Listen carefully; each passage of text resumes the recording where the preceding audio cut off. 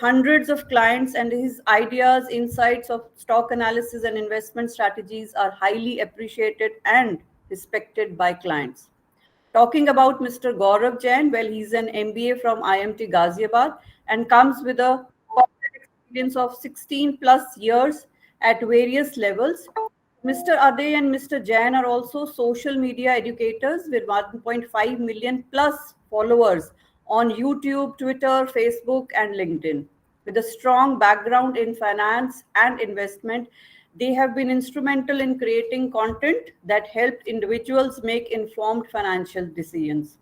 They have conducted over 100 offline and online workshops with corporates and retail investors. I can go on and on narrating their achievements, but let's hear from them. So I now invite Mr. Parimal Ade and Mr. Gaurav Jain to address the audience on the power of compounding and also guide the audience as to how our online MBA program in wealth management can help students broaden their understanding of managing wealth and creating better career opportunities. So over to you, sir.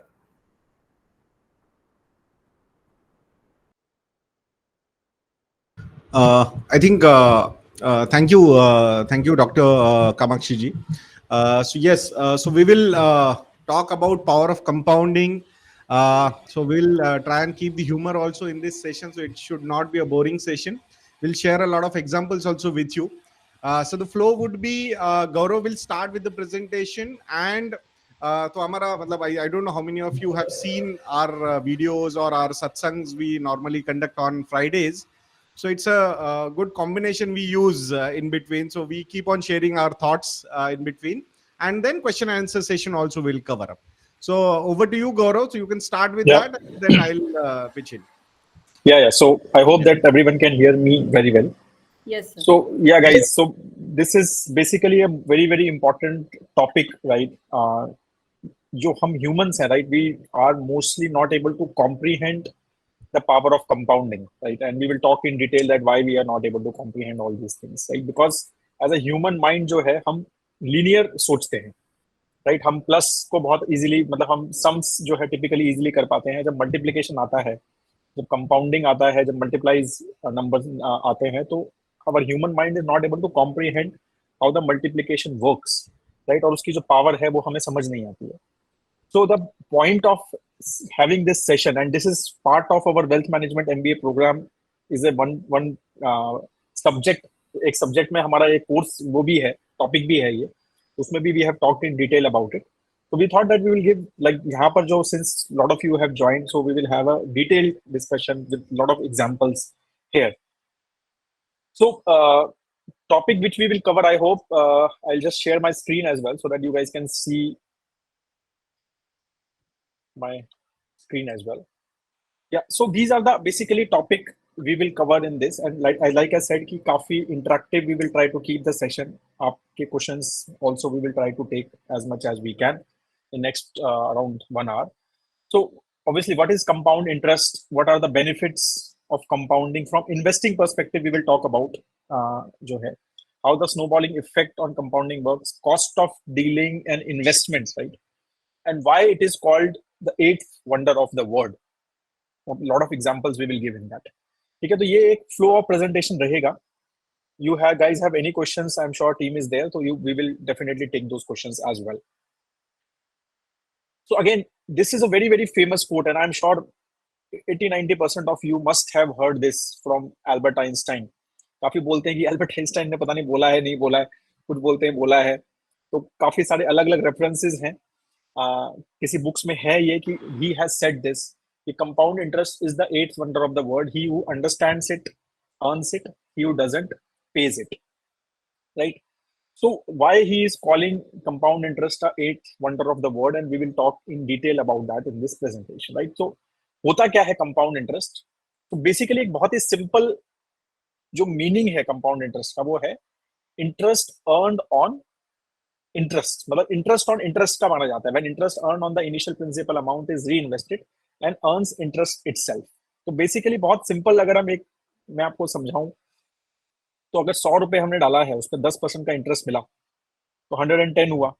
अब अगले साल फिर से उस पर 10% interest मिला, ठीक है, तो उस पर 11 रुपए कमाए। फर्स्ट ईयर हमने 10 रुपीज कमाए, नेक्स्ट ईयर हमने 11 रुपीज कमाए, क्योंकि 110 पे हमने 10% कमाया, राइट।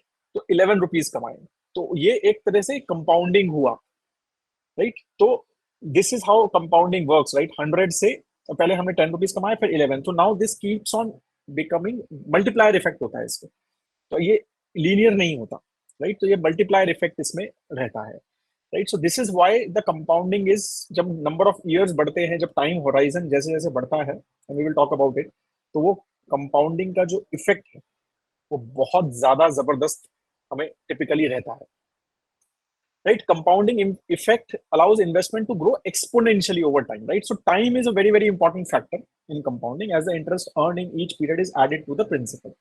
तो जैसे जैसे मैंने बोला कि 10 रुपए कमाए, फिर 11 रुपए कमाए, फिर हम उसके ज्यादा कमाएंगे, उससे ज्यादा कमाएंगे, और ऐसे ऐसे टाइम जब बढ़ता रहेगा तो हमारा जो वो कंपाउंडिंग का एक्सपोनेंशियल इम्पैक्ट है वो बहुत ज्यादा हो जाता है।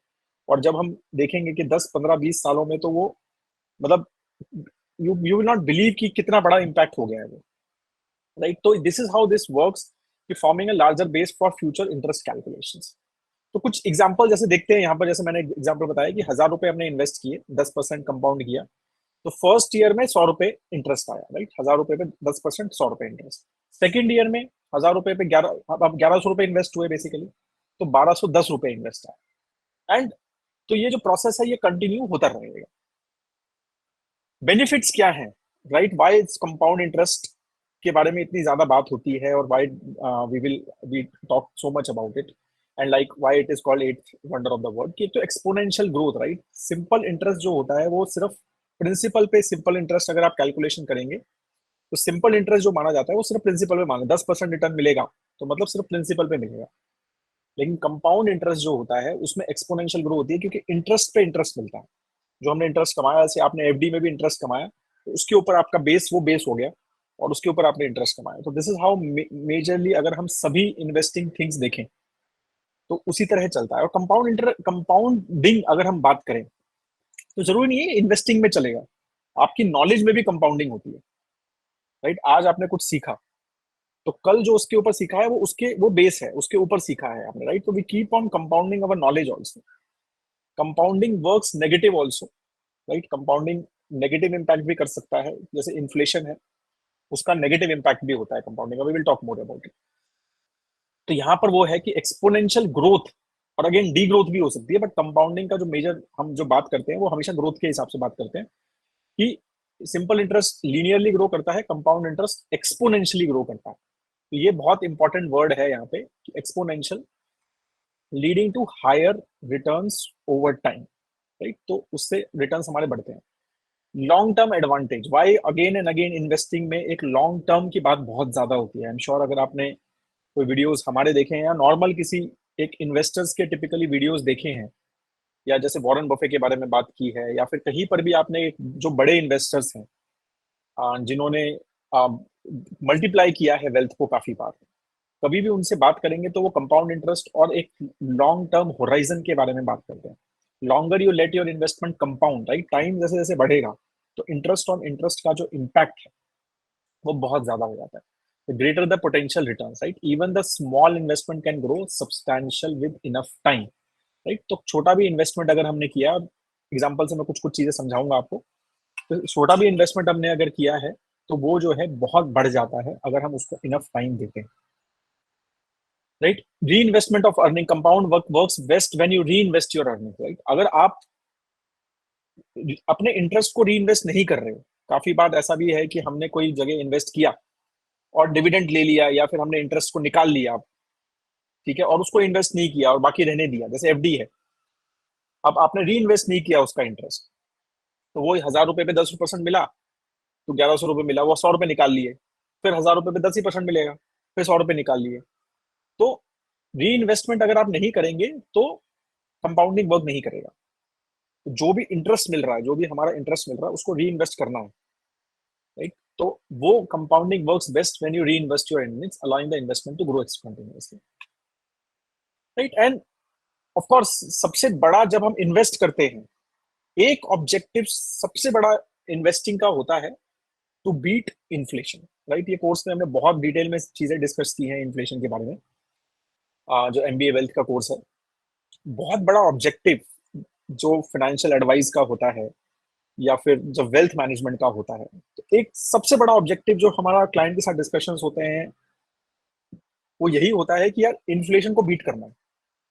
क्यों बीट करना है इन्फ्लेशन को? क्योंकि inflation is reducing our value of money, right. आज जो 100 रुपए है और नेक्स्ट ईयर जो 100 रुपए है उसमें डिफरेंस है। आज 100 रुपए की वैल्यू ज्यादा है, नेक्स्ट ईयर 100 रुपए की वैल्यू कम होगी सेम 100 रुपए की। क्यों? क्योंकि इन्फ्लेशन जो है उसकी जो वैल्यू है उसको कम कर देगा, क्योंकि महंगाई बढ़ जाएगी। महंगाई, इन्फ्लेशन मतलब महंगाई, महंगाई बढ़ेगी तो वो 100 रुपए में जो आज खरीद पा रहे हैं वो शायद नेक्स्ट ईयर नहीं खरीद पाएंगे, राइट।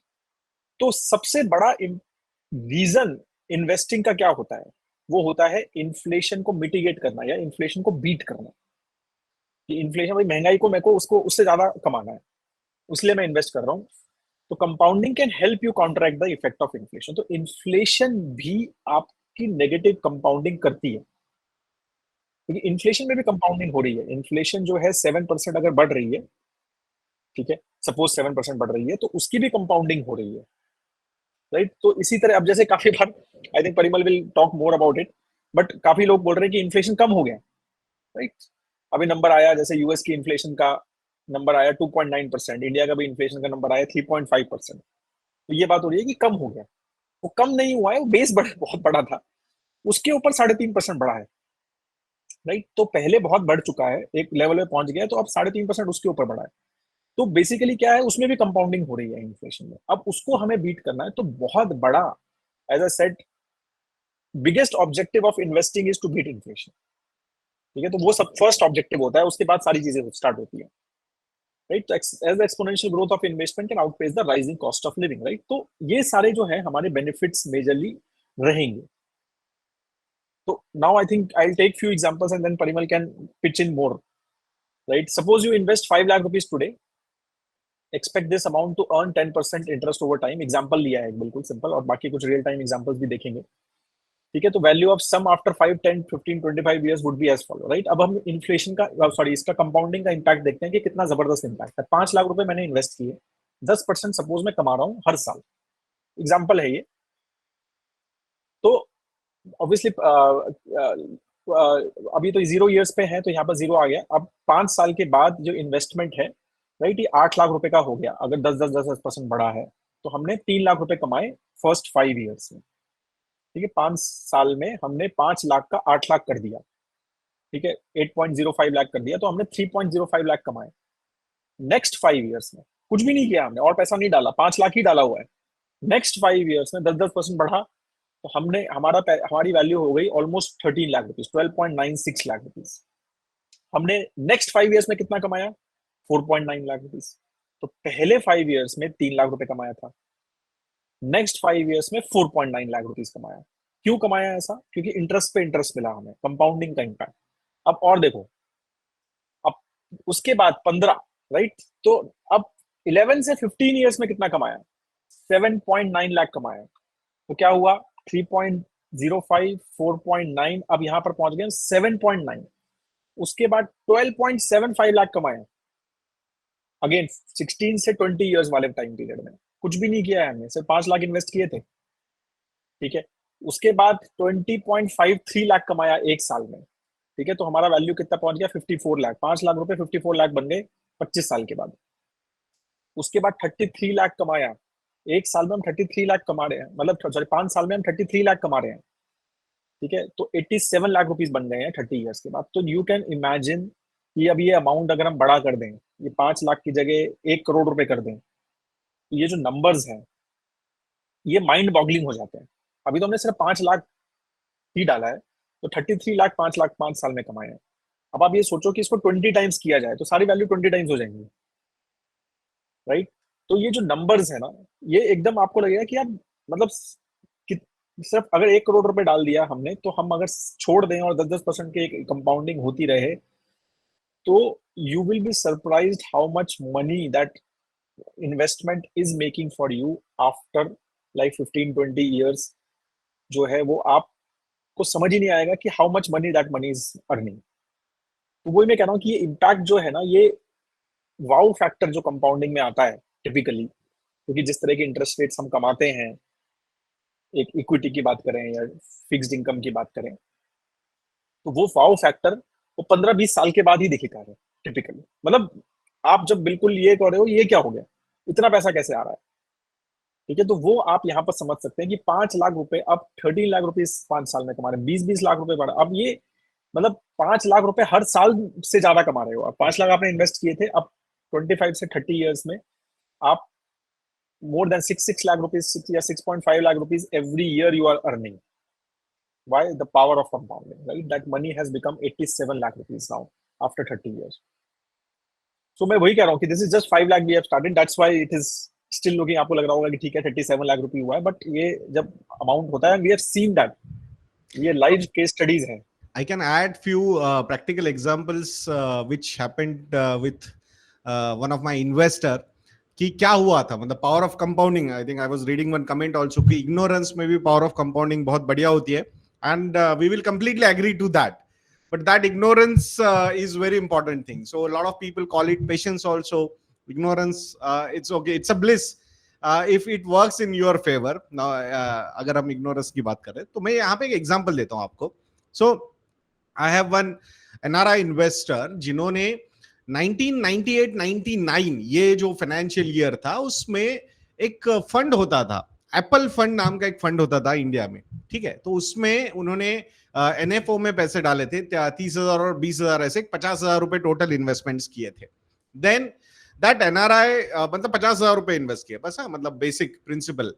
एंड वो एनआरआई 2003-4 में इंडिया में आए थे, but at that point of time जो भी वो एडवाइजर था, म्यूचुअल फंड डिस्ट्रीब्यूटर था जिससे उन्होंने ये इन्वेस्टमेंट्स लिए थे, तो उसका ऑफिस चेंज हो गया वगैरह, उनको मिला नहीं. He came for short visit to India and then मिला नहीं तो ठीक है यार बाद में देखेंगे कभी. So in 2015-16 so I was managing his money. तो एक बार एक ब्रीफकेस उन्होंने निकाला, और at that point of time ऐसा ये ऑनलाइन जैसे जिस तरीके से चीजें चल रही है वैसा नहीं होता था, मेजरली ऑफलाइन तरीके से इन्वेस्टमेंट्स होते थे. तो उन्होंने वो जैसे आप अगर पुराने जमाने में स्टॉक्स में इन्वेस्टमेंट्स करते हो तो शेयर सर्टिफिकेट मिलते थे, उसी तरीके से म्यूचुअल फंड्स में भी अगर आपने इन्वेस्टमेंट्स किया तो उसमें आपको यूनिट्स के सर्टिफिकेट मिलते थे. So I have still kept those certificates with me, कि मतलब ये याद रहे कि उन्होंने मुझे दिया था कि परिमल ये ब्रीफकेस है, इसमें कुछ शेयर सर्टिफिकेट्स वगैरह है, तो उसमें व्हाट शुड वी डू, मतलब मैं एक बार का ये फेंक दूं क्या, सारा का सारा का मतलब खत्म कर देते.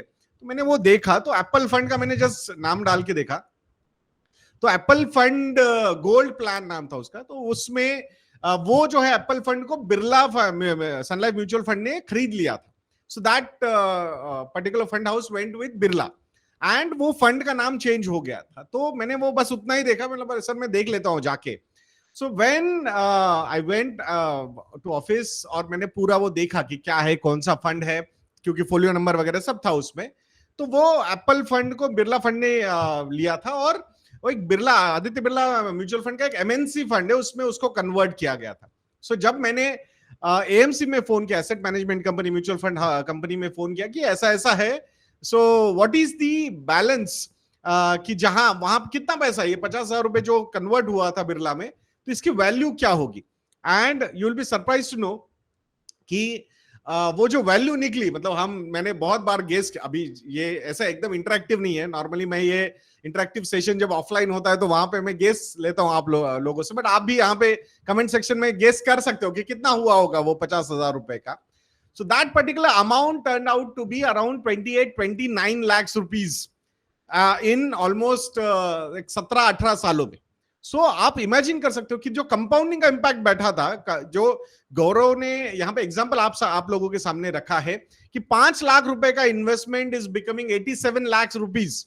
So in 30 years, तो यहाँ पे 50,000 rupees became 29 lakh rupees. और उसका कंपाउंडिंग का maths around 28-29% CAGR per annum kind of returns. So I think this is the power of compounding. तो यहाँ पे और एक अगर मैं आपको एग्जांपल दूं, अभी I don't know whether you have followed it और नॉट, बट नॉर्मली हम ना ये कंपाउंडिंग का जो एग्जांपल्स देते, या तो हम इंडेक्स के साथ देते हैं, या फिर जो फंड्स है जिनकी हिस्ट्री काफी बड़ी है, मतलब 10 साल, 20 साल, 15, 25 साल, 30 साल के ऐसे जो होराइजन्स है, जिन्होंने ट्रैक रिकॉर्ड है उनके पास अवेलेबल, तो ऐसे फंड्स की हम एग्जांपल्स आप लोगों के सामने रखते हैं।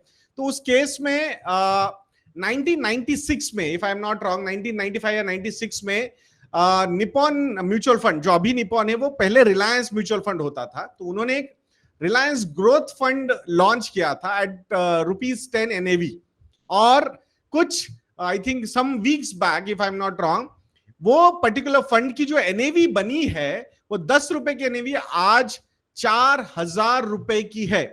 400 टाइम्स उसकी ग्रोथ वहां पे हुई है, from ₹10 to ₹4000, and I am not talking about a single stock कि वो बढ़ गया, नहीं, मैं एक डाइवर्सिफाइड इक्विटी फंड के बारे में आप लोगों के साथ बात यहां पे कर रहा हूं, जिसमें 50 to 60 स्टॉक्स होंगे on an average throughout the journey of this particular fund. So वहां पे पावर ऑफ कंपाउंडिंग में जो CAGR, compound annual growth rate, मिला है इस पर्टिकुलर इन्वेस्टमेंट में, दैट इज बिटवीन 23 to 24%। मतलब there is a rule called rule of 72। अगर आप 72 से आपका रेट ऑफ रिटर्न डिवाइड कर दोगे, compound annual growth rate divide करोगे, तो उतने नंबर ऑफ ईयर्स आपको लगेंगे आपका पैसा डबल करने में। मतलब यहां पे इस केस में जो गौरव ने एग्जांपल आप लोगों के सामने रखा है, 72 डिवाइड बाय 10% का जो CAGR है, इट इज सजेस्टिंग कि आपको आपका पैसा डबल करने में 7.2 ईयर्स लगेंगे। बट वही अगर वो रेट ऑफ रिटर्न 12% से आता है CAGR, तो 6 साल में पैसा डबल हो सकता है। अगर वो rate of return 14.4% per annum आएगा, तो 5 साल में वो डबल होता है पैसा आपका। अगर वो rate of return CAGR 18% per annum से आएगा, तो 4 साल में पैसा डबल होता है। और ये जो फंड है रिलायंस ग्रोथ फंड, जो अब निपॉन इंडिया ग्रोथ फंड बन चुका है, उसको 24% से उसने रिटर्न दिए है। सो ऑलमोस्ट एवरी 3 इयर्स वो पैसा डबल कर रहा है। Again disclosures, we are not suggesting to go and invest in that particular fund. Investments जो होते हैं वो अपने रिस्क प्रोफाइल के हिसाब से होने चाहिए, आपके फाइनेंशियल गोल्स के हिसाब से होने चाहिए। यही वो थॉट प्रोसेस है जो हमने पूरा ये जो फाइनेंशियल प्लानिंग और वेल्थ मैनेजमेंट का जो एक डिग्री कोर्स चित्कारा के साथ हमने लॉन्च किया है, तो उस पर ही फोकस रखा है कि फाइनेंशियल प्लानिंग वे से जाना है। मतलब यहां प्रोडक्ट स्पेसिफिक हमें नहीं रखना है। ऑब्वियसली यू शुड नो कि कहां पे कौन सा एसेट क्लास कितना रिटर्न दे सकता है, but the investment should happen as per your risk profile. So obviously risk profile, जब आप इक्विटी इन्वेस्टमेंट्स कर रहे हो, तो आपका रिस्क प्रोफाइल वहां पे एग्रेसिव ही होना चाहिए। तो अगर आपका एग्रेसिव रिस्क प्रोफाइल है, इन्वेस्टमेंट होराइजन भी आपका काफी लॉन्ग टर्म है, तो उसमें कंपाउंडिंग का जो मैजिक है वो बहुत जबरदस्त चलता है। मैंने 2 एग्जांपल बताया आपको, जिसमें एक को 29% का CAGR बैठ रहा है, एक में ऑलमोस्ट 24% का CAGR बैठ रहा है, and that too with diversified equity portfolios. It's not a 1 stock 2 stock. मैं ऐसे एग्जांपल नहीं बता रहा हूं आपको कि किसी ने 10,000 रुपए इन्फोसिस के IPO में इन्वेस्ट किया होता तो उसका आज 100 करोड़ होता, 150 करोड़ होता। ये एग्जांपल्स आपने बहुत जगह सुने होंगे, बट आई थिंक वो मतलब जब 10,000 रुपए का 1 लाख हुआ होता, तो तभी के तभी बहुत सारे लोगों ने सेल भी किया होता। तो वो I think power of compounding में, जैसे किसी ने बोला था कि ignorance is also needs to be there, या फिर पेशेंस होना चाहिए। तो अब यहाँ जो इग्नोरेंस का एंगल है, मेरा जो इन्वेस्टर का मैंने आपको एग्जांपल बताया है कि 50,000 रुपीज अगर 29 लाख रुपीज बनते हैं, तो ऑब्वियसली उसमें ignorance played a big part, because जब वो पैसा उनको पता चला कि वो 29 लाख रुपीज है, उन्होंने 5 दिन के अंदर वो रिडेम्पशन वहां पे डाल दिया and he bought a car. So मतलब इग्नोरेंस में वेल्थ क्रिएट हुई, और जैसे ही पता चला, सो देन स्पेंड भी हो गया। इट्स गुड दैट की इकोनॉमी में स्पेंडिंग हो रही है, तो equity markets will go up, but normally ये सारी चीजें देखनी चाहिए। So how you manage your behaviours well. So अगर कॉन्शियसली एफर्ट देके, पेशेंस दिखा के आप कंपाउंडिंग कर पाओ आपके इन्वेस्टमेंट्स के साथ, तो आप बहुत बड़े इन्वेस्टर बन सकते हो। There is no doubt about that.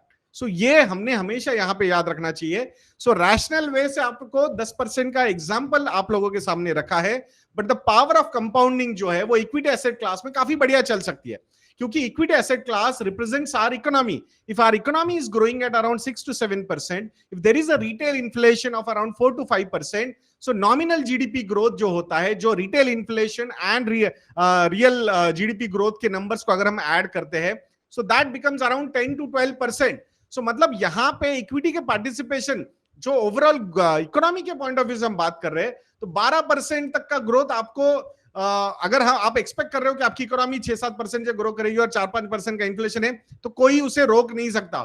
Obviously with better investment management, better planning, better product selection as per the risk profile, you can increase these returns to 13, 14, 15% depending on the risk profile and the allocations you are taking in equity asset class. तो यहाँ compounding अगर आप Indian story के point of view से बात करते हो, सो 5 से 6 साल में इक्विटी इन्वेस्टमेंट्स में पैसा डबल होने के चांसेस बहुत ज्यादा है. तो वो thought process power of compounding के आप लगा के रखोगे तो काफी अच्छी वेल्थ भी क्रिएट कर सकते हो. या फिर अगर आप इस पर्टिकुलर फील्ड में एज एन इन्वेस्टमेंट प्रोफेशनल आ रहे हो to manage other people's money, तो ये कंसेप्ट जो है वो आपके थॉट मतलब इसमें बहुत ही जबरदस्त तरीके से इम्बाइब होने चाहिए. That's what we feel. Over to you Gaurav. Yeah so I hope that ये कुछ एग्जांपल्स आपको अच्छे लगे होंगे, राइट? सो एक बहुत interesting, I will share the slide. This is a real compounding, how it has happened, right? In Indian markets as well as overall, like compounding, जैसे परिमल ने बोला ना कि रूल ऑफ 72, वो हमेशा ये याद रखना, बहुत इंपॉर्टेंट रूल है वो, राइट? तो why it works is कि सिंपल कि हमारा जो भी परसेंटेज रिटर्न हम एक्सपेक्ट कर रहे हैं उसको डिवाइड करेंगे, 72 को उससे डिवाइड करेंगे, and then you will know कि कितना टाइम में वो डबल हो रहा है पैसा. तो अभी ये जो है निफ्टी 50 TRI, राइट? तो निफ्टी 50 आपको पता है कि एक इंडेक्स है इंडिया में, राइट, जिसमें top 50 companies of India, right, typically रहती हैं.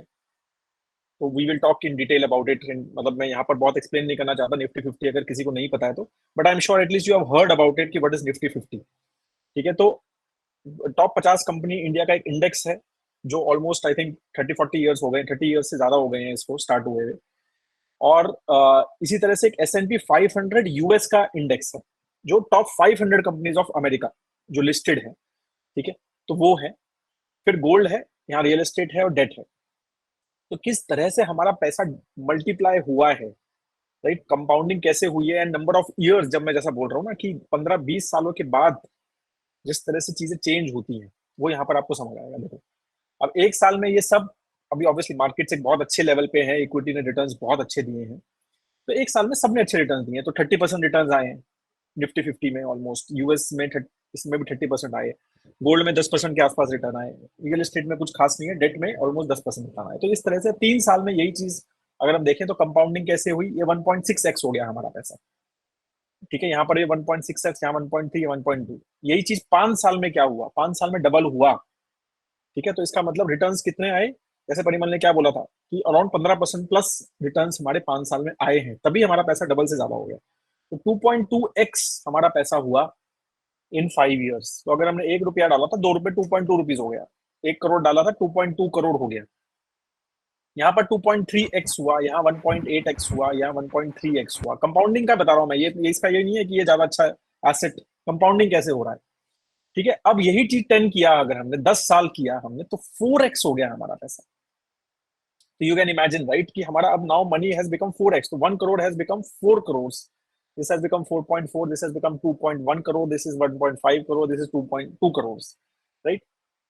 अब आप देखो कि 10 से 20 में क्या जबरदस्त ये है. अब ये है कंपाउंडिंग, राइट? जो कंपाउंडिंग की बात होती है. अब ये 10 साल में तो 4 गुना हुआ और 20 साल में 16 गुना हुआ है, राइट? तो अब आप you can, and this is real data, right? This is not, ये मैं एग्जांपल नहीं है ये, मतलब कि 10% के साथ जैसा पहले था हमने 10% एक एग्जांपल अज्यूम किया था. यहाँ पर वैसा नहीं है. और लीनियर रिटर्न्स भी नहीं है. ऐसा भी होगा कि -20 हुआ होगा किसी साल +20 हुआ होगा, किसी साल 5% आया होगा, किसी साल -3% आया होगा. तो सब हुआ है. मतलब इसमें अगर 2008-9 का हम एग्जांपल लेते हैं, तो उस पर्टिकुलर ईयर में लार्ज कैप इंडेक्स जैसे कि सेंसेक्स हो या निफ्टी हो, ये index itself went down by 55 to 60% in 1 year's time. So ये मतलब वो जो लेमन क्राइसिस हुआ और उसके बाद जो सत्यम जो स्कैम हुआ था, इसमें सेंटिमेंट्स इतने ज्यादा नेगेटिव हो गए थे. तो वो वर्स्ट फेजेस भी हमने देखे. इसमें हमने 2020 का जो मार्केट फॉल है, कोविड का fall, which was almost 30 to 35% in 1 month, approximately 20 trading days में मार्केट्स वेंट डाउन बाय 30%. तो मतलब ये सारे होने के बाद, फिर मार्केट ऊपर आने के बाद, ये सारे एंगल देखने के बाद ये जो नंबर आप लोगों के सामने रखा है 15.8 टाइम्स, एंड दैट टू एक लार्ज कैप इंडेक्स की हम बात कर रहे हैं, बिल्कुल। तो बड़ी कंपनीज है, ब्लू चिप कंपनीज है, उसके बारे में ये है।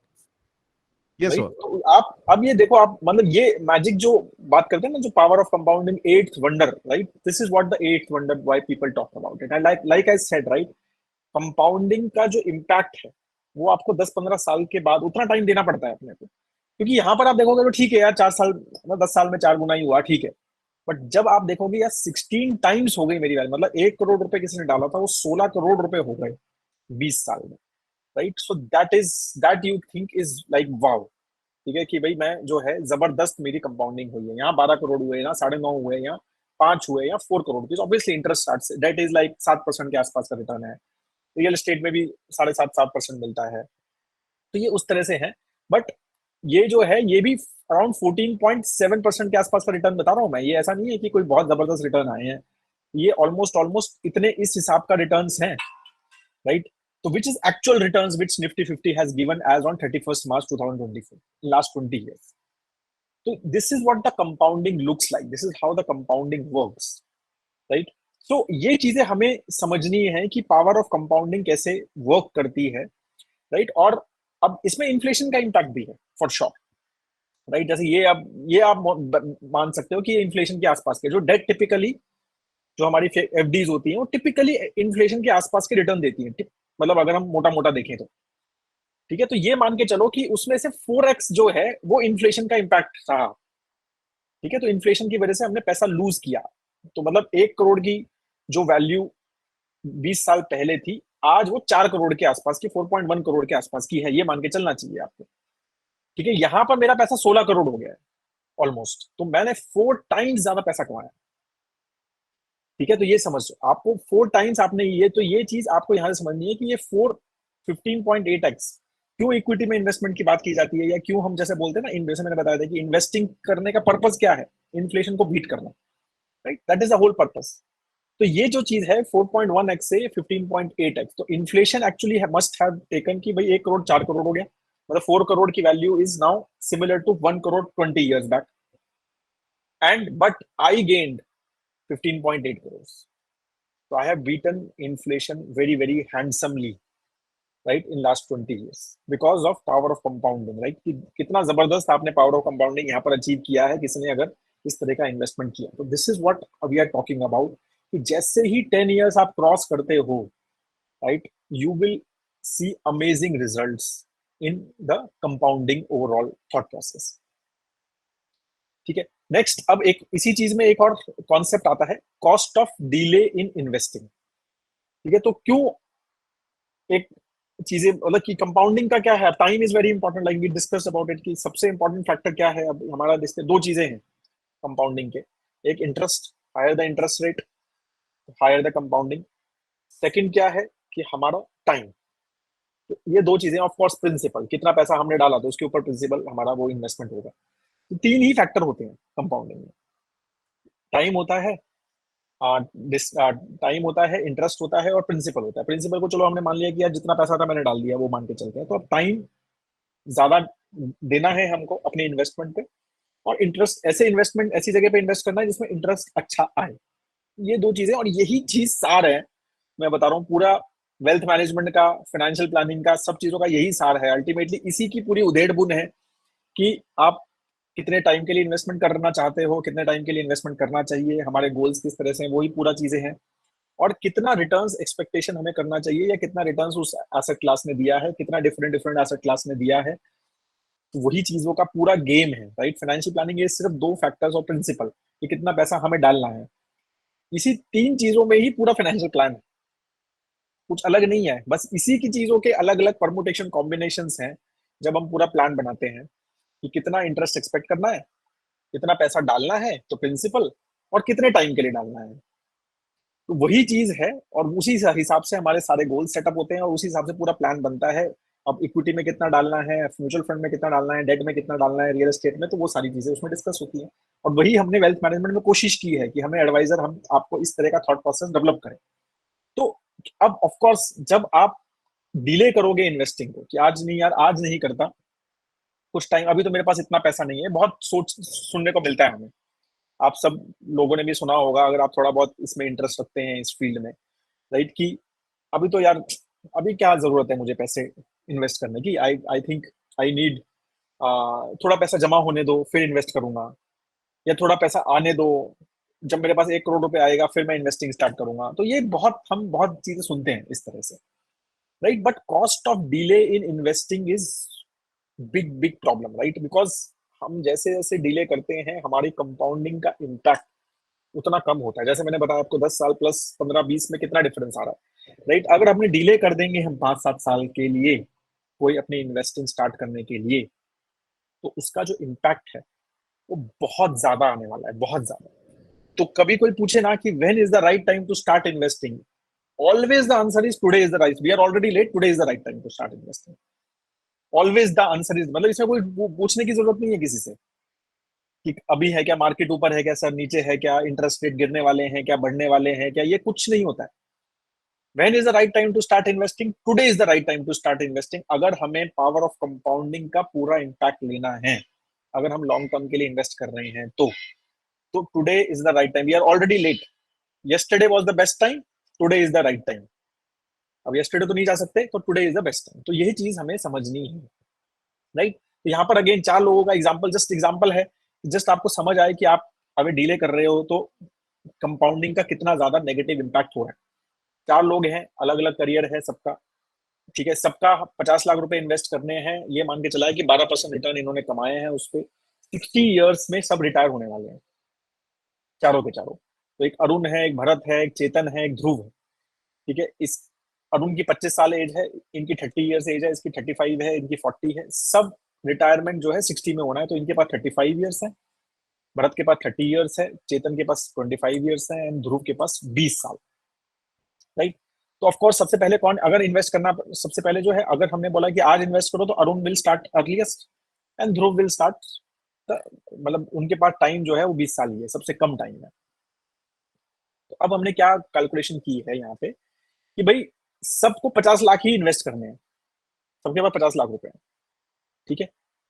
तो अब 50 लाख रुपए ही इन्वेस्ट करने हैं, तो अब अरुण को 50 लाख रुपए इन्वेस्ट करने के लिए 11,900 रुपीज एवरी मंथ इन्वेस्ट करने हैं, क्योंकि उसके पास सबसे ज्यादा टाइम है, उसके पास 35 ईयर्स है 50 लाख इन्वेस्ट करने के लिए। भरत के पास 13, उसको 14,000 रुपए इन्वेस्ट करने हैं, क्योंकि उसके पास 30 साल है। इनके पास 25 साल है, राइट, तो उनको 16,600 पर मंथ इन्वेस्ट करना है। और ध्रुव को 20,000 रुपए इन्वेस्ट करने हैं 50 लाख रुपए इन्वेस्ट करने के लिए। टोटल सबने 50 लाख रुपए ही इन्वेस्ट किया। इन्होंने 35 ईयर्स में इन्वेस्ट किया, इसने 30 साल में इन्वेस्ट किया, इसने 25 साल में इन्वेस्ट किया, इसने 20 साल में इन्वेस्ट किया सबने 50 लाख ही। अब जब रिटायर हो रहा है तो अरुण जो है 7.6 करोड़ रुपीज के साथ रिटायर हो रहा है। 50, इन्होंने भी 50 लाख ही इन्वेस्ट किया है, राइट। भरत 4.85। अब देखो आप डिफरेंस, 5 साल का डिफरेंस है इन दोनों में। पैसा इसने भी 50 लाख किया, इसने भी 50 लाख किया।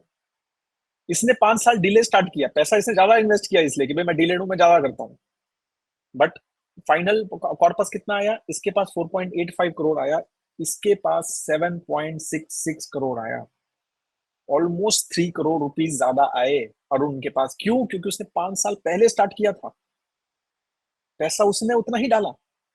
अब चेतन और 5 साल डिले हो गया तो इसके पास सिर्फ 3.313 करोड़ रुपीज ही आया। इसने भी 50 लाख, इसने इससे 5 साल, अब इसका देखो 4.85, 3.13, right.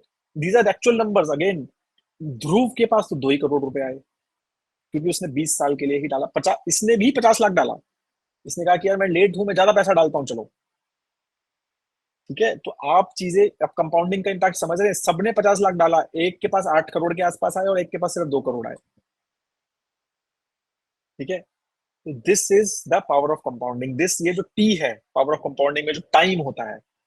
Now principal here is almost similar, amount is same, right. The time और इंटरेस्ट इज ऑल सेम, 12%। सबने 12% कमाया, किसी ने ज्यादा नहीं कमाया, किसी ने कम नहीं कमाया। डिफरेंस क्या आया? सिर्फ टी, टाइम में जो है डिफरेंस है। अब आप देखो कितना ज्यादा डिफरेंस है कंपाउंडिंग का on time, right. Why we should start investing early. ठीक है, कब, जो जैसा मतलब हम डिस्कस करते हैं कि when is the right time to start, today is the right time to start, yesterday was the best time to start. but today is the right time to start. This is why we keep on telling, start investing now. क्योंकि जब आप उसको 15-20 साल के बाद देखेंगे, जब आप ये देखेंगे ना, ये मैजिक होता हुआ कि यार 2 से 3 हो रहा है और 3 से 5 हो रहा है और 5 से 7.5 हो रहा है, तो you will be amazed at that time. तो वो टाइम हमें देना है. वो टाइम जो आप दोगे तो आपको समझ ही नहीं आएगा कि how much you are earning, right? And that's how many जो बिग इन्वेस्टर्स हैं, we will talk about Warren Buffett की उन्होंने कैसे कंपाउंडिंग का impact, he is 93 year old, 93 94 year old now, ठीक है? तो कैसे उन्होंने वो कंपाउंडिंग का इफेक्ट की वजह से वो 8th वंडर क्यों माना जाता है, वो प्राइम एग्जांपल है उसका, ठीक है? तो वो we will see. So we would take the questions in the end as well. I think Dr. Malik, I think we should take the questions at the end only, right? Yes, sir. Yeah. So Okay. the audience So we'll can wait a little bit. Let the experts complete their yeah. So I think we'll complete this presentation in 5-10 minutes. We'll take the questions in the end. Sir. ठीक है? तो this is what the compounding का आप impact ये देख सकते हैं.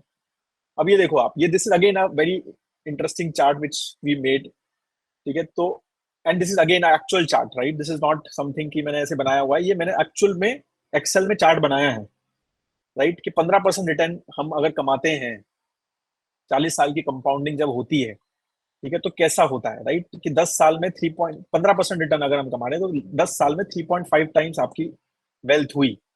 तो यहाँ पहुंचे हम, ठीक है? फिर 20 साल में 14 टाइम्स हो गई, तो हम यहाँ पहुंचे.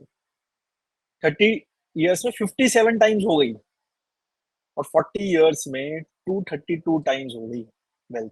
तो यही मैं बता रहा हूँ. अभी आपको वॉरेन बफेट का एग्जांपल दूंगा कि कैसे उनकी कंपाउंडिंग. तो अगर आप 40 साल दे सकते हैं इन्वेस्टमेंट, अगर आप सब यंग होंगे, आई एम अज्यूमिंग 25-30 ईयर्स है, तो है आपके पास, तो 30-40 साल आप दे सकते हैं. तो ये जो चीज है ना, कि यू विल स्टार्ट अंडरस्टैंडिंग कि nothing is moving for first 10 years, then you will after 10 years you will start noticing power of compounding.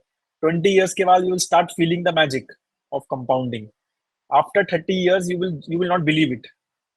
And अगर 40 years तक आप कर सकते हैं वो, तो you will share your success stories with everyone.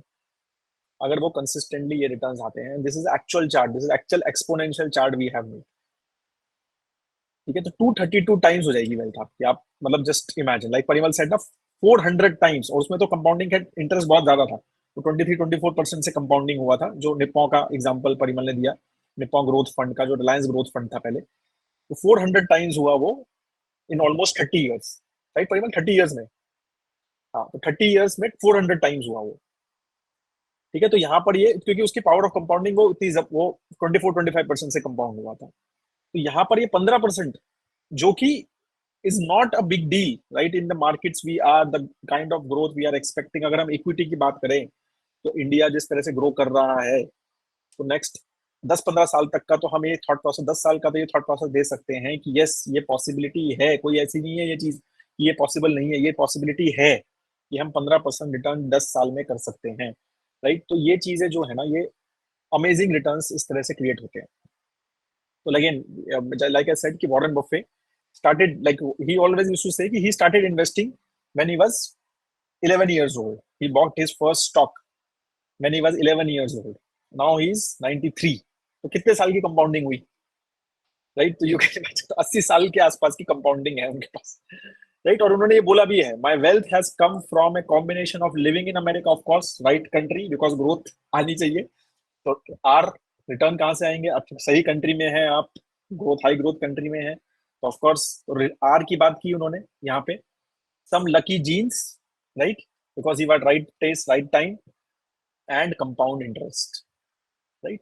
So this is what he is talking about, right? तो आर और टाइम. तो अभी देखो आप, $5,000 की इनकी नेटवर्थ थी जब ये 14 ईयर्स के थे. अभी इनकी नेटवर्थ $140 बिलियन की है. तो ये 89 की बात नहीं, 94 ईयर्स से अब ये हैं ये ऑलमोस्ट, और $139 बिलियन का करंटली इनकी नेटवर्थ है. पर्सनल नेटवर्थ की बात कर रहा हूँ मैं, ठीक है? तो ये this is how he has grown, right? कि आप देखो 140,000, 3.4 मिलियन हुआ, फिर 43 में 34 मिलियन हुआ, फिर $67 मिलियन हुआ, फिर 376, फिर 620, 1.4, 3.8, 17. अब देखो, जब 40 साल हो गए, तो फिर मैजिक देखो, अब 17 से 36 बिलियन, अब बिलियन में बात हो रही है. फिर 36 से 58 बिलियन, 58 से 70 बिलियन, और 70 से 139 बिलियन. तो कंपाउंडिंग का जो इम्पैक्ट है और इनका जो रिटर्न है वो इतना ही है, मतलब ऐसा बहुत अमेजिंग ये नहीं है कि भाई 20-25-30% ऐसा कुछ रिटर्न नहीं है, वो 12-13% यूएस डॉलर में है। ऑफ कोर्स मतलब वो डॉलर, यूएस डॉलर की वैल्यू ज्यादा है इंडियन रुपी से, उसका इम्पैक्ट है, बट वो उतना ही है। ठीक है, तो this is what he has done and this is what you call it 80 years of compounding does to your money, right. तो मैंने 40 साल में दिखाया था 232 टाइम्स, राइट। तो यहाँ पर 80 years की कंपाउंडिंग है ये। He is obviously blessed. Lucky genes क्या है कि 90 years 94 years तक है, तो ये सबसे बड़ा लक है, राइट। इतना समय होना चाहिए। दूसरा लक क्या है कि 11 साल में स्टॉक मार्केट में इन्वेस्ट करना शुरू किया, 14 साल में ठीक ठाक इन्वेस्टमेंट शुरू कर दिया। Again luck, right, there as well. हमारा 11 साल का, मेरा बेटा 11 साल का है, उसको कुछ पूछो तो कुछ पता ही नहीं है उसको। तो he is not that lucky, I think, as lucky as Warren Buffett. तो ये सारी चीजें जो है ना हमें समझनी है कि what this, why we call it as eighth wonder, right. Because ये जो एक्सपोनेंशियल इंक्रीज होता है ना, ये हमारा जो ह्यूमन माइंड है ना, ये कॉम्प्रीहेंड नहीं कर पाता इस चीज, ये समझ नहीं पाता कि यार ये 17 बिलियन से 36 बिलियन कैसे हो रहा है, बिलियंस में इंक्रीज कैसे हो रहा है मेरा पैसा। ठीक है, तो ये कंपाउंडिंग का इम्पैक्ट है। आपका बेस ऐसा हो गया है कि वो उस हिसाब से हम इंक्रीज हो रहे हैं। This is what the overall power of compounding, like we wanted to showcase to you, right? So I think more or less our presentation is done. I think if Parimal has anything to add, but we can definitely start taking questions. Let's take question and answer. तो उसमें और practical angle हम add कर पाएंगे discussion में. Right. Okay, so the session is open to question and answers. You can, I guess, unmute yourselves one by one. You can raise your hand, and then we can take on the questions. Right, sir. From notes, Dilbagh, from notes, I can make out a couple of questions which are common, if I may ask. One is that how to overcome the stress during gain or losses. Other is that where to invest. These are the mainly the common questions for all the queries. I think controlling emotions is going to be very important. How to control them? It's always better if we can link our investments to specific financial goals. So if we are linking to the goals na, so then managing it will be quite easy compared to if we are just focusing on कि नहीं returns कितने आए उस हिसाब से. So अगर product approach रहेगा कि ये इन्वेस्ट किया, इतना रिटर्न आया, निकाल दूं क्या, प्रॉफिट बुक कर दूं क्या, ऐसे करूं वैसे करूं, मतलब उसको एक सिंपल प्रोसेस को अगर हम कॉम्प्लिकेट करते जाएंगे तो उसमें इमोशन मैनेजमेंट प्रॉब्लम करते हैं. बट अगर हमने जैसे कि अभी एक कोई इन्वेस्टमेंट है, specifically if we have allocated that investment for retirement and your age is around 35 or retire hona hai around 50, 55, 58, 60, so then the horizon is quite long term. So let's not get diverted in abhi nikalta hu fir market girega fir invest karenge. So I think all those things should be avoided. Linking your financial goals to your investment is the best way to manage your behavior. Right, thank you, sir. Parimal, I'll ask few questions जो यहाँ पर हैं, तो then we can take, right?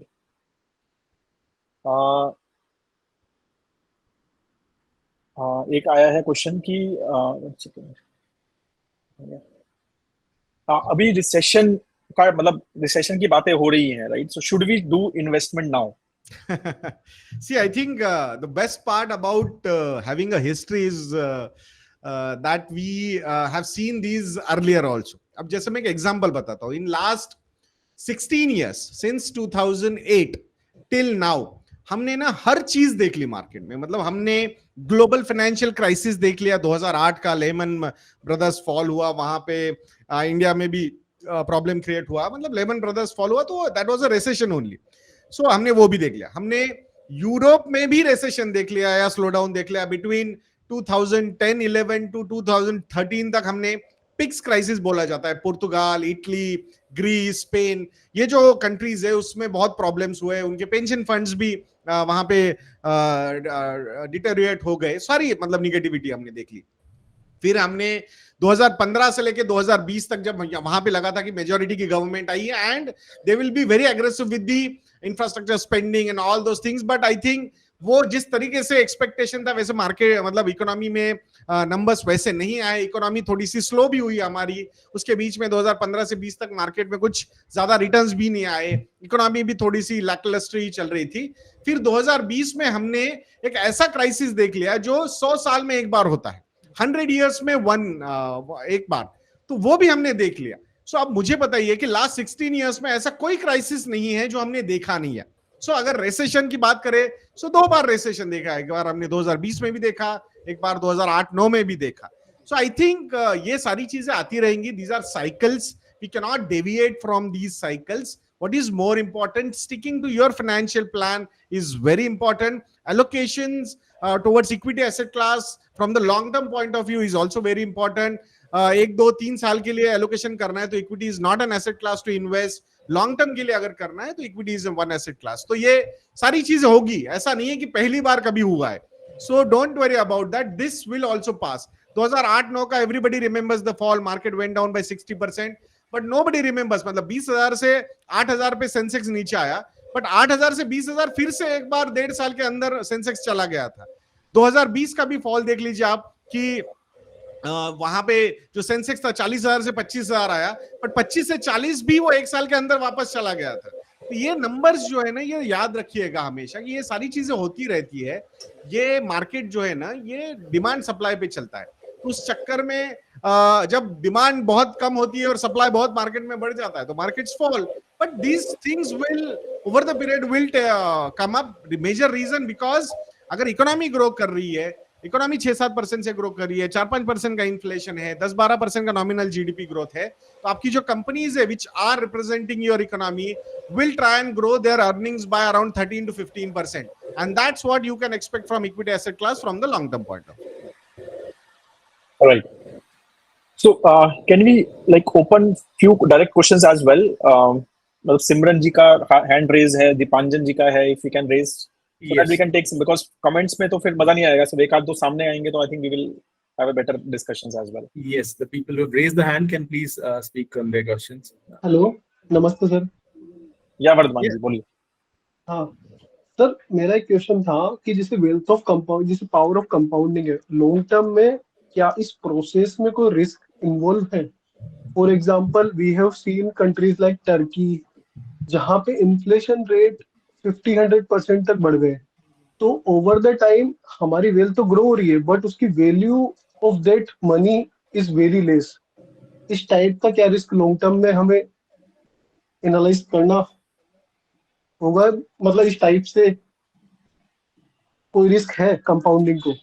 I think definitely ये जो risk होते हैं ना, ये ऐसे इवेंट्स, स्पेसिफिकली टर्की जैसे इवेंट जो हुआ है, तो वहां पे it's not only about economy, but वहां पे बहुत सारे other factors which were very heavy compared to economy. मतलब वहां पे टिपिकली मतलब let's not go into the politics of that particular part, but वो रिस्क अगर मतलब उस तरीके के, अब जैसे बांग्लादेश में जो इवेंट हुआ है उस तरीके के अगर इवेंट्स होते हैं, so I think that is another kind of risk which will be there. So there is no doubt about that, we can not deny that. But ये जो है रिस्क, आप कहीं पे भी जाओ, कहीं पे भी आ सकती है आपके सामने।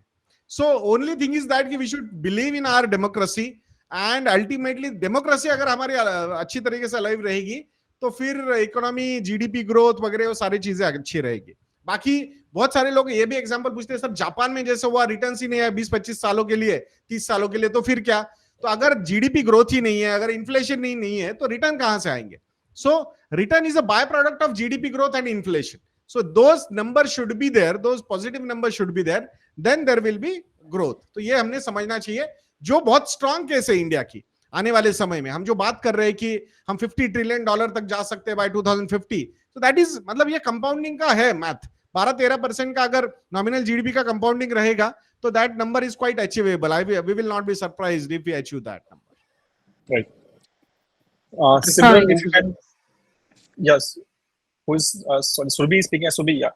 Yes. Please. Hi. I have a question now. Since I'm in an age bracket where I do not have,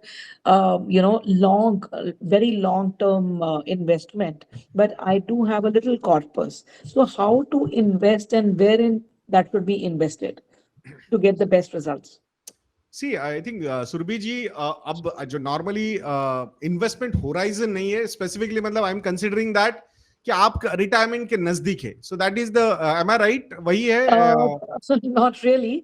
हाँ If I have to invest for 10 to 15 years, हाँ but I have a corpus at this point of time. पहले right corpus नहीं था. Right So how to invest? How to go about that? So normally इस पे investment decisions लेने से पहले ना risk profiling is also very important. So Mhm. Risk profiling will tell you कि आपका ओवरऑल एसेट एलोकेशन कैसा होना चाहिए. सो अभी हम ये नहीं बोलेंगे कि नॉर्मली ऐसा होता है कि 0 to 3 years we suggest you should have allocation towards fix income securities. 3 to 5 years you can have hybrid allocations जैसे कि 50% equity 50% date. 5 to 7 years if you have allocation तो आप लार्ज कैप इक्विटी फंड्स वगैरह, blue chip funds वगैरह होते हैं ना, index fund, Sensex, Nifty को फॉलो करने वाले, वहां पे लेके जा सकते हो. और अगर 7 to 10 years या 10+ years इन्वेस्टमेंट होराइजन है तो some blend of small and mid cap funds also can go. But अगर आपका एक्सपीरियंस ही नहीं है इक्विटी इन्वेस्टिंग का, so in that particular case it's always better to go with a moderate risk profile of hybrid funds and large cap funds, जिसमें index funds और hybrid funds आते हैं. So that is a better allocation.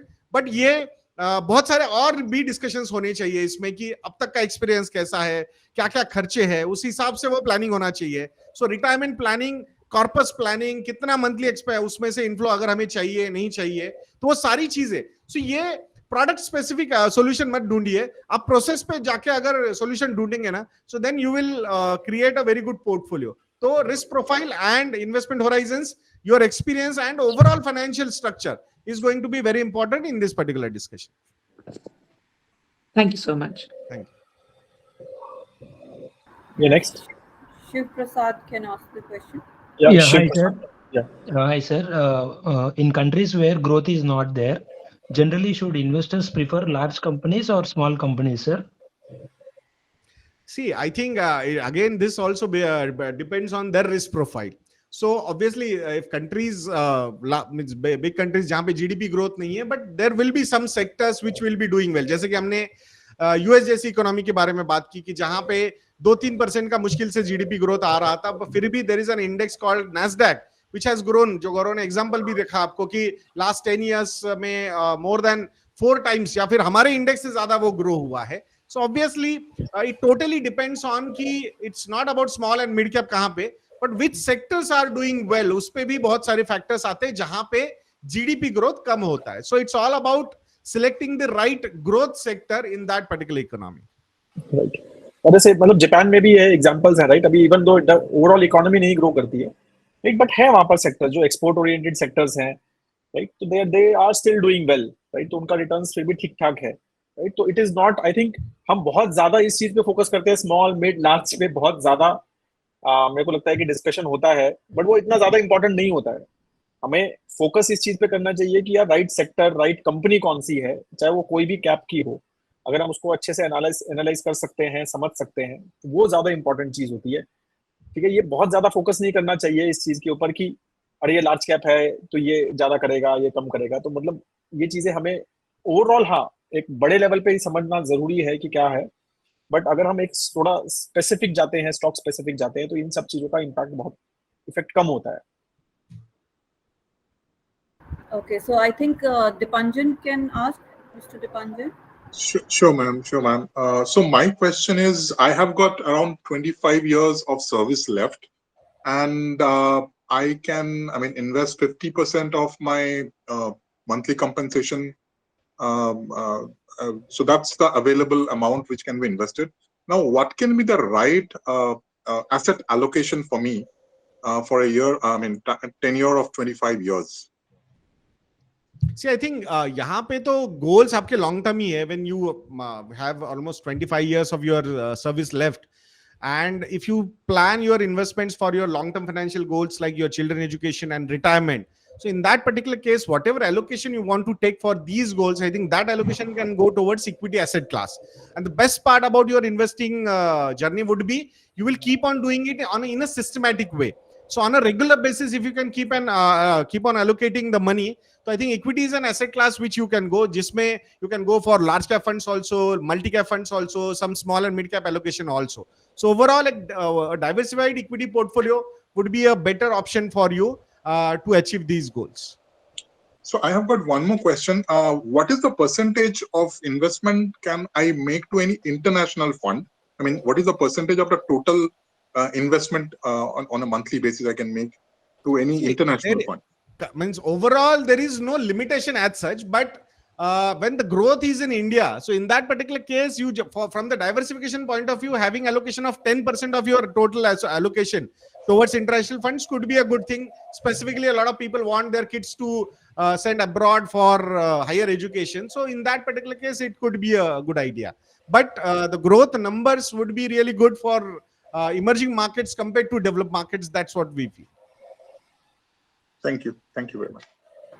Captain Ajay, can we have your question, please? Captain Ajay? Yes, good evening, ma'am. Good evening, sir. Good evening. Very nice, this interaction took place. There is something going on in my mind regarding this investment.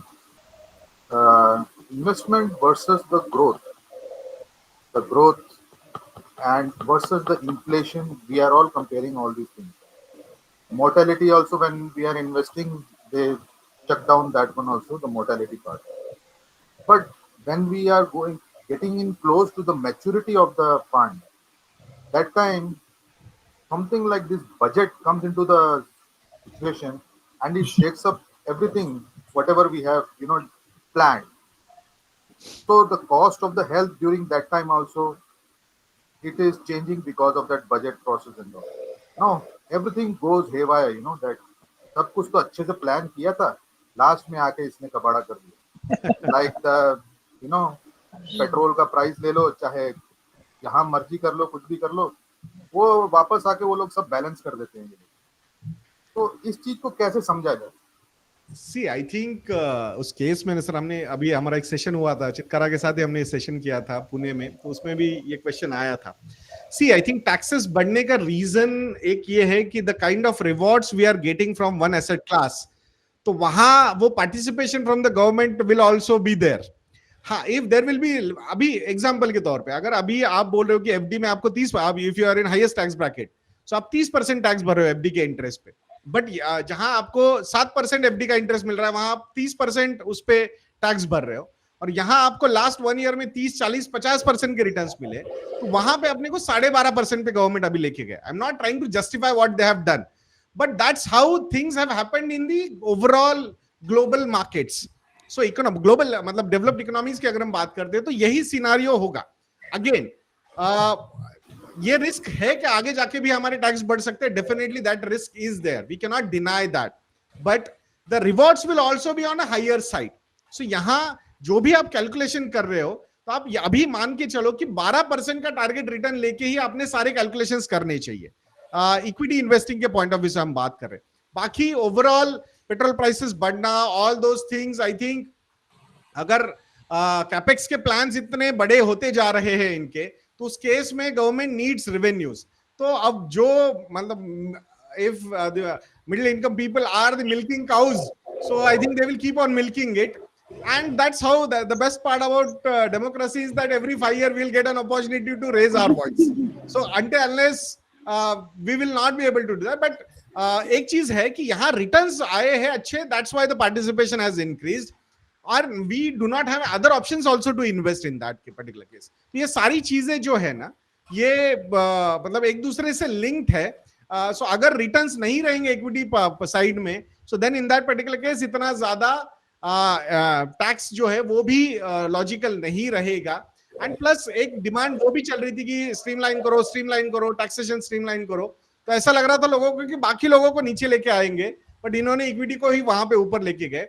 But I will not be surprised over the period of next 10, 15, 20 years, this particular taxation can go even up to 15% also, irrespective of any government coming into the power. तो ये हमने यहाँ पे थोड़ा सा वो एक risk है, बट पार्टिसिपेशन भी इक्विटी साइड से अच्छा रहेगा, considering the growth we are expecting from economies. We were having a few discussions with the fund managers in Mumbai. तो वहां पे mutual fund managers who are managing 5 lakh crore rupees, 10 lakh crore rupees in their fund houses, तो वहां पे उनको भी बहुत strongly लगता है कि आने वाले 5-10 साल जीडीपी ग्रोथ के पॉइंट ऑफ व्यू से काफी अच्छे होंगे. अगर जीडीपी ग्रोथ अच्छी रहेगी तो अर्निंग्स ग्रोथ भी काफी अच्छी वहां पे हो सकती है. So I think equity is one asset class we cannot ignore. I understand that risk of higher taxation will be there, but still post-tax 12% rate of return is quite feasible. और हमने जो भी calculations करने चाहिए हमारे financial goals के, वो 12% के हिसाब से ही करने चाहिए. That's what we strongly feel. हाँ, वो फाइनेंशियल एडवाइजर जो हमारे पहले जो हमको करते हैं, उसमें वो लोग ये सब पॉइंट वाइज ये सब चीजें जो है लेकर आते हैं, ग्रोथ, इन्फ्लेशन होगा, मोर्टेलिटी का, लेकिन कभी भी उसका टेबल में वो जो बनाता है एक्सेल का, उसके अंदर में ये बजट के बारे में कुछ नहीं बोलता कि ये कैसा तुम्हारे को इफेक्ट होने वाला है. तो वहां पर जाकर थोड़ा क्रैश हो जाता है. I just hope that the calculation में आप 12% ही कंसीडर करोगे तो that would be better. So उससे कंजर्वेटिव होके, हाँ, पोस्ट टैक्स. और एक और कंजर्वेटिव होके इन्वेस्टमेंट कीजिए बस. Person, when should a person, because some of the students, they are sometimes, they are asking us, whether they should go for a higher education and score, to do better earnings, or they should invest in this thing, whatever lump sum they are earning, and later on they can, multiply that much money. So there's a skill development होना चाहिए. That skill development few में of the रुकना नहीं examples चाहिए. are there. The students, when they hear all these things, that ये market और ये सब चीज के बारे में, जब ये इन्वेस्ट करने का, स्टॉक एक्सचेंज वगैरह का इन्वेस्ट करने के लिए, तो वो लोग, कई लोग ऐसे होते हैं कि भाई अपना पैसा को वहां लगाने शुरू कर देते, फिर एजुकेशन से हट जाते हैं वो लोग. So there the conflict was there, that the question was, during the qualification time they should do this or later on, because we should guide the students also in the similar way. Sir So what is learning your opinion on that? Learning point of view से तो मतलब learning के angle से तो process oriented learning is always better. There is no doubt. अगर आप आपके core competence को लर्निंग के थ्रू अपस्किल करोगे तो that is always a good thing. But उसके चक्कर में ये शॉर्टकट्स जो हो रहे, ट्रेडिंग सीखना, मार्केट में मतलब थोड़ा सा इंपल्सिव बिहेवियर्स आना, so I think that is not advise. So it's always better कि हाँ इंप्रूव करो. स्किल इंप्रूव करने के पॉइंट ऑफ व्यू से, प्रोसेस ओरिएंटेड लर्निंग के पॉइंट ऑफ व्यू से अगर आप जा रहे हो, स्पेसिफिकली इक्विटी मार्केट्स के पॉइंट ऑफ व्यू से भी, तो कोई प्रॉब्लम नहीं है. बट वो जो एक आजकल गेमिफिकेशन हुआ है इस चीज का, I think that is not going to help the youngsters. See, biggest investment always will be on ourselves, right? Ultimately, अगर हमारा skill improve होता है, तो there is nothing like it, right? Because जैसे मैंने बोला था ना, compounding का impact जो है, वो सिर्फ investing में नहीं है, वो आपकी knowledge में भी होता है, right? तो आप अगर एक अच्छी चीज बार बार कर रहे हैं और एक consistently कोई चीज पे काम कर रहे हैं, तो उसमें भी compounding होता है, right? Why a person, मतलब experience की वैल्यू क्यों होती है? कोई भी जॉब पे जाते हैं या कहीं पर भी जाते हैं, वो इसीलिए होती है क्योंकि वहां एक एक्सपेक्टेड होता है कि यार इसने सेम चीज बहुत बार की है तो कंपाउंड हुआ होगा. Why we don't go to a doctor who is like 30-year-old? We typically go to a doctor who is a 50-year-old, because वहां पर भी वो सारी चीजें इम्पैक्ट होती है, राइट? तो इसीलिए ये सारी चीजें हैं कि आपको अपनी नॉलेज का भी कंपाउंडिंग का इम्पैक्ट समझना चाहिए, राइट? तो it is not just investing. तो नॉलेज भी बहुत इंपॉर्टेंट है. तो सबसे first investment is investing in yourself and then the normal investing, right? वो उसके बाद आनी चाहिए हमेशा. Yeah, well taken, sir. Thank you. Appreciate. Yeah, Bhaskar Chabra. So, Dr. Malik, I think Parimal has another meeting, so Okay, he will yeah. have to leave. So, if there are one or two questions, I will take, and then we will close the session. Yeah, thank you all. It was a nice interactive session. Thank you. Thanks. Yeah, Bhaskar, you can ask your question.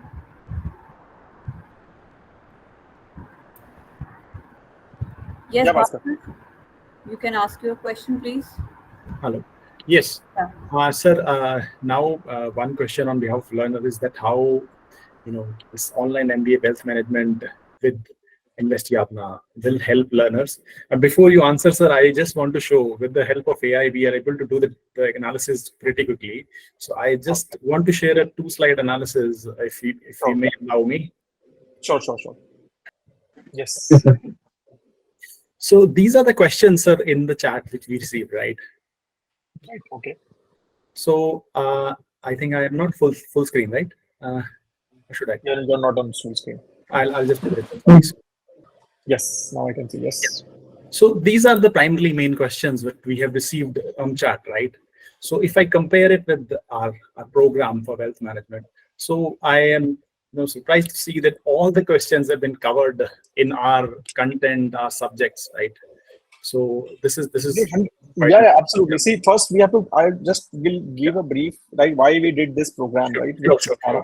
Sure. So basically, we wanted to formalize the overall education in this space, right? अगर हम देखेंगे आज जो है, there are a lot of e-learning modules, lot of e-learning programs, बहुत सारे courses हैं छोटे छोटे जो ये सारी चीजें सिखाते हैं, right? But there is no proper formal way of investing, मतलब और formal way of education, right? जिसमें आपको एक proper degree program हो, right? You learn also, you give exams also, so that आपको एक बार check भी हो जाए कि मैंने ढंग से पढ़ा या नहीं पढ़ा, right? और एक आपको properly एक UGC के अंदर you get a MBA program degree as well. And again, since it is online, so it is not that stressful कि आप you cannot work as well as do this program.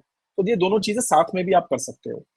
So when Chitkara basically reached out to us on this, so we are an educator. I'm sure, like Dr. Malik said, that almost 1.4 million people follow us on various YouTube channels and everywhere.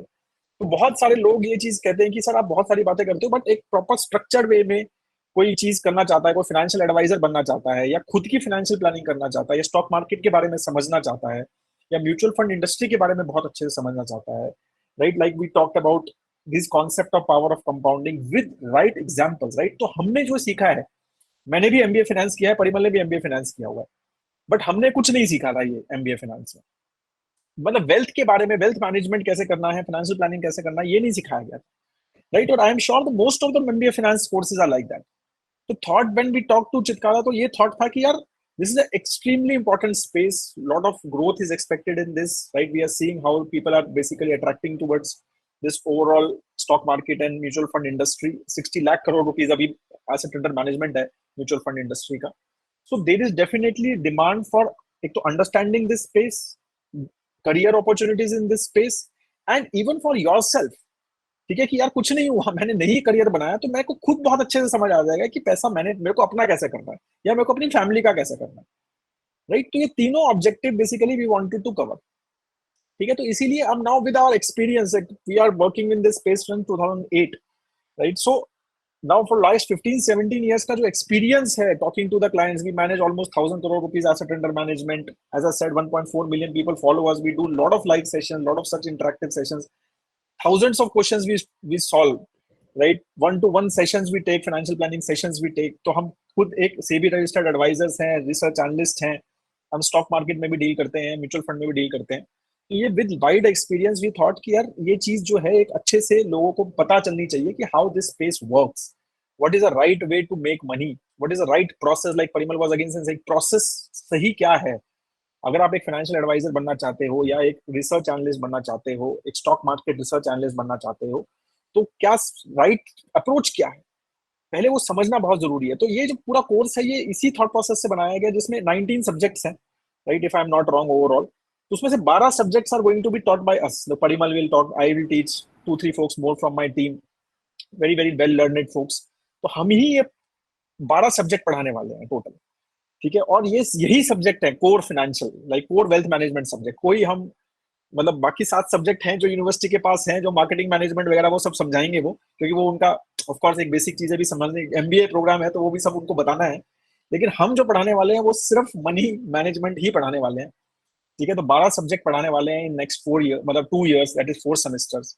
इसके exams भी होंगे, आपको समझ भी आएगा। Live sessions every Saturday we are going to do, we are going to meet you, तो उसमें question answer solve कर सकते हैं। इस तरह के ये प्रोग्राम सब चीजें डिस्कस करते रहेंगे, राइट? तो वो बेसिकली पर्पस था कि एक formal education we should go into, and we should give, मतलब we should put our hearts out, we should give exactly how it works, right? हमारा पूरा एक्सपीरियंस हम वहां डालना चाहते हैं। तो ये नहीं है कोई बुकिश नॉलेज नहीं पढ़ाना चाहते हैं, फ्रेंकली बुकिश तो रहेगा, बेसिक कॉन्सेप्ट तो सब रहेंगे। बहुत सारे लोग ये पूछ रहे हैं सर ये क्या ऐसा है क्या प्रोग्राम कि मेरे को कुछ फाइनेंस में नहीं आता तो मैं कर सकता हूँ? बिल्कुल, सबसे पहला यही है। व्हाट इज इन्वेस्टिंग से स्टार्ट हुआ है। इन्वेस्टिंग क्या होता है, इन्वेस्टिंग वर्सेस ट्रेडिंग क्या होता है, मतलब जो पावर ऑफ कंपाउंडिंग है, यही सब कुछ 10वां या 11वां लेक्चर है, तो उससे पहले समझाया हुआ है basic, right? What is stock, share क्या होता है, निफ्टी 50 क्या होता है, सेंसेक्स क्या होता है। तो एक एक लेक्चर बिल्कुल बेसिक से ही we will take you to the highest level, asset allocation, taxation, income tax कैसे फाइलिंग करनी है, इनकम टैक्स होता क्या है, राइट? पूरा सब्जेक्ट है इसके ऊपर, 20 घंटे इसके ऊपर बात करने वाले हैं, इनकम टैक्स के ऊपर, इंश्योरेंस के ऊपर बात करने वाले हैं। तो पूरा एक फाइनेंशियल डोमेन जो है वो बहुत अच्छे से आपको समझ आएगा। अगर आप करियर बनाना चाहते हैं तो मुझे ऐसा लगता है अगर आपने कोर्स अच्छे से किया, I don't think you will be able to, अगर आप इंटरव्यू करना, कोई भी इंटरव्यू आपका मतलब वो नहीं होगा, you will not fail any interview अगर आपने प्रॉपर कोर्स किया है ये, right? So that I can assure you. But you can do on your own also. You can become a financial advisor. आप एग्जाम दे सकते हैं. Mostly 70, most of the things will be covered in this course. तो आप जाके exam भी दे सकते हैं. RIA के जो भी SEBI registered exams होते हैं वो सब दे सकते हैं. तो that was the thought basically behind this overall course. ठीक है? And तो यही thought था. And whatever questions you have asked, तो वो तो 100% है कि आपको solve होने ही है. Anyways, we will be there talking to you. जब ठीक है, तो सब कुछ हम ये सारी चीजें जो हैं वो हम तो है ही, बाकी मतलब चितकारा वालों ने इतना ज्यादा डिटेल में हमें वो चीजें समझाई हैं कि एक सब्जेक्ट 20-20 घंटे का है, राइट? तो इतना ज्यादा डिटेल में है every topic, right, that you will not feel कि यार आई एम नॉट अंडरस्टैंड या कोई चीज मिस हो गई है मेरी। बहुत डिटेल में स्टॉक मार्केट के 2 सब्जेक्ट हैं, म्यूचुअल फंड के ऊपर एक सब्जेक्ट है, फाइनेंशियल प्लानिंग के ऊपर 2 सब्जेक्ट्स पढ़ा रहे हैं, बहुत सारे सब्जेक्ट्स, राइट? टैक्सेशन के ऊपर एक सब्जेक्ट है, इंश्योरेंस के ऊपर एक सब्जेक्ट है, राइट? बिहेवियरियल फाइनेंस के ऊपर एक सब्जेक्ट है कि कैसे बिहेवियर मैनेजमेंट करना है अपना, ठीक है? बहुत सारे इकोनॉमिक्स के ऊपर एक सब्जेक्ट है पूरा, जो अब काफी सारे लोग पूछ रहे थे कि सर ये ऐसा हो गया, इन्फ्लेशन कम हो गया तो क्या होगा, बढ़ गया तो क्या होगा, जीडीपी ग्रोथ कम हो गया तो ओवरऑल वर्ल्ड कैसे चलता है, right?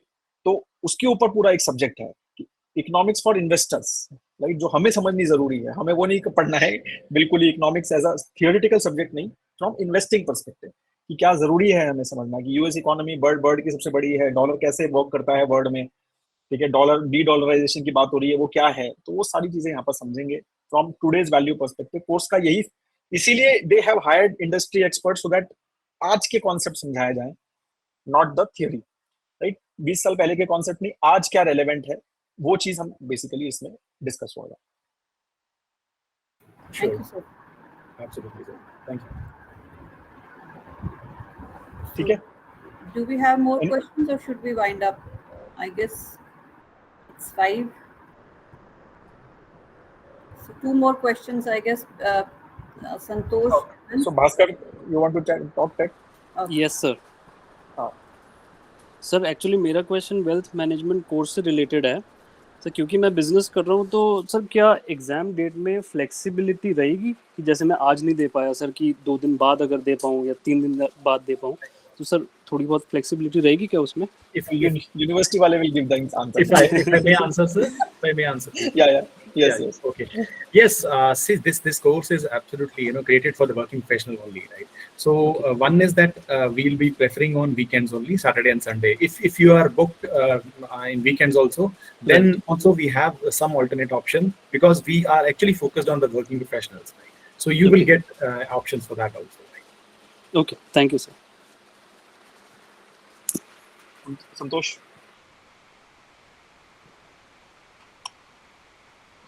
you want to ask?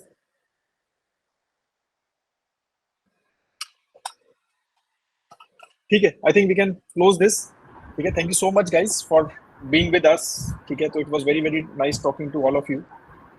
ठीक है, Thank you so much, sir. Hopefully we will keep on conducting such sessions and you keep on joining. और अगर आप कोर्स ज्वाइन करते हैं तो वहाँ तो हर हफ्ते we will meet and talk to you guys. Thank you so much, guys. Thank you. So what an enriching Thank session. you so much, sir, for an amazing session. Thank you so much. Thanks, Dr. Malik. Thank you. Thank you, sir. Thank you for joining. Thank you, Dr. Kamakshi. Thank you. Bye. Thank you. Thank you so much. Thanks, everyone. Thanks all for joining. Thank you. Thank you for joining.